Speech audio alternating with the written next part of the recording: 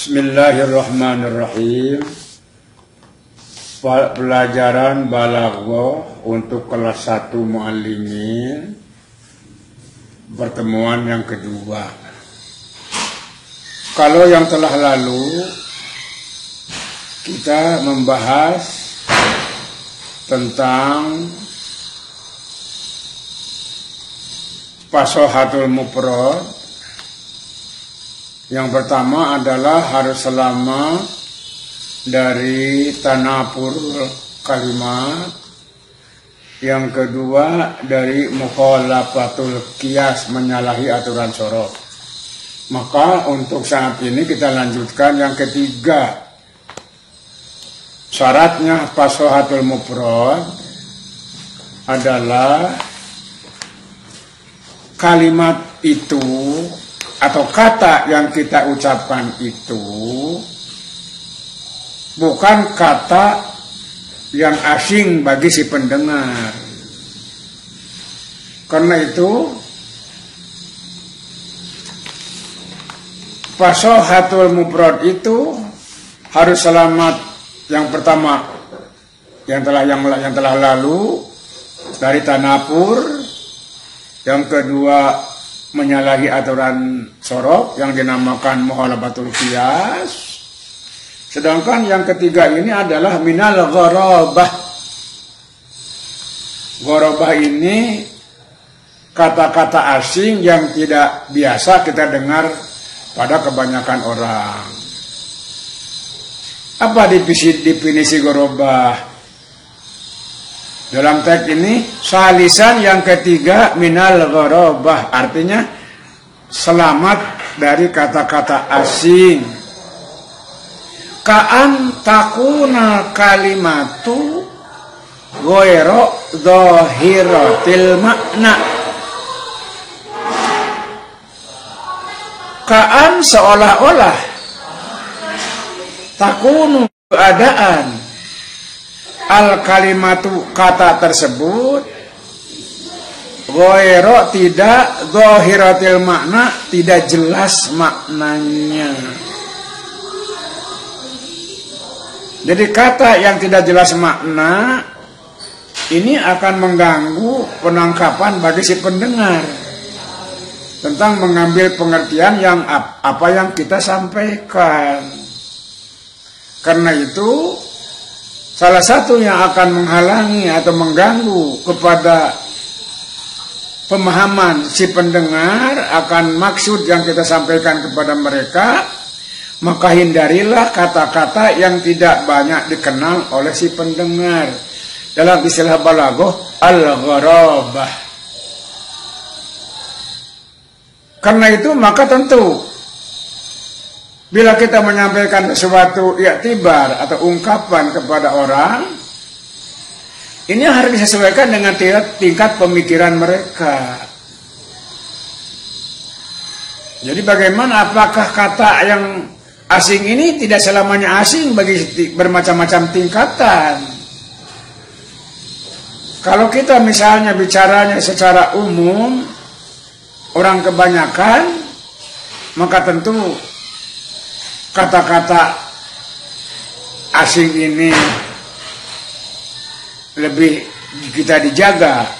Tetapi bisa saja bagi orang tingkat pendidikan yang tinggi, kata-kata itu bisa dipahami oleh mereka. Jadi gharabah itu adalah ka'antakuna kalimatu, seolah-olah keadaan kalimat itu, perkataan itu ghairu dhahiratil makna. Nahwa contohnya, ini untuk orang Arab ini. Khaw'am. Khaw'am itu bahasa Arab, tapi mungkin bahasa Arab kuno.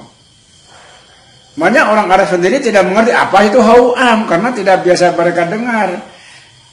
Sedangkan yang dimaksud oleh kalimat khaw'am itu ahmak. Ahmak itu belagu.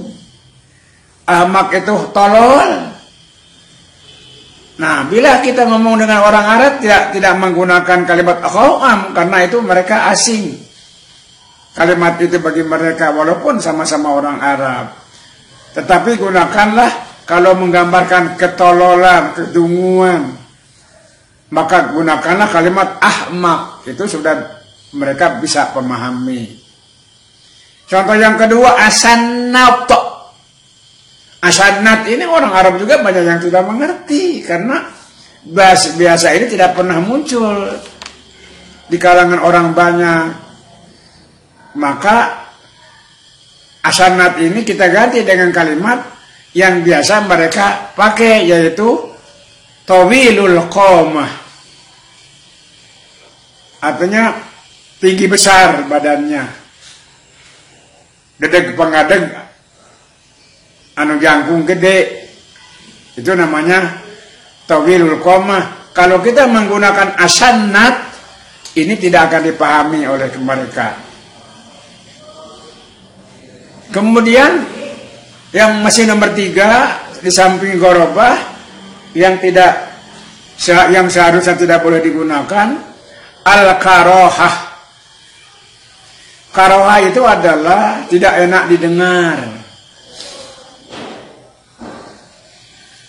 Tanbu, merasa milu minha, dari perkataan itu, al-adhanu, telinga. Kama, sebagaimana tanbu, ngilunya, ansima'il aswatil munkarah, ansimai, dari mendengarkan, al-aswati, suara-suara, al-munkaroh, yang tidak enak didengar. Seperti besi dengan besi bergesekan, atau kadang-kadang pintu yang macet dibuka, maka suaranya muncul suara yang tidak enak didengar. Maka dalam istilah balaghah itu namanya al-karohah, kata-kata yang tidak nyaman didengar. Bagi orang yang masih halus perasaannya, maka bila mendengar kata-kata itu akan mengganggu bagi mereka. Nah, karena itu persyaratan kalimat itu boleh disampaikan sebagaimana yang pertemuan yang pertama, harus selamat, atau kata-kata yang diucapkan kita ini, pertama, tidak boleh tanapur, tidak boleh rancu katanya. Yang kedua, tidak boleh menyalahi kaidah-kaidah sorof. Yang ketiga, tidak boleh menggunakan al-gharabah, kata-kata yang tidak biasa mereka gunakan, atau kata asing bagi mereka. Kemudian yang selanjutnya al-karohah, kata-kata yang tidak enak didengar. Karena ketiga ini bila diucapkan, maka bisa dikatakan orang itu ngomongnya tidak fasih. Karena fasohat itu harus ada 3 syarat. Harus selamat dari tanapur, selamat dari aturan sorof, yang ketiga selamat dari kata-kata asing atau kata-kata yang tidak enak didengar. Contohnya di sini adalah apan kos. Apan kos bagi orang Arab jadi melotot kepada kita ngomong begitu. Artinya terlampau kasar gitu, nggak enak didengar. Tapi kata apa yang diganti dengan kalimat yang jadi nyaman, yaitu laim. Laim itu artinya sama dengan apaan kos, itu sangat jahat, jahat banget.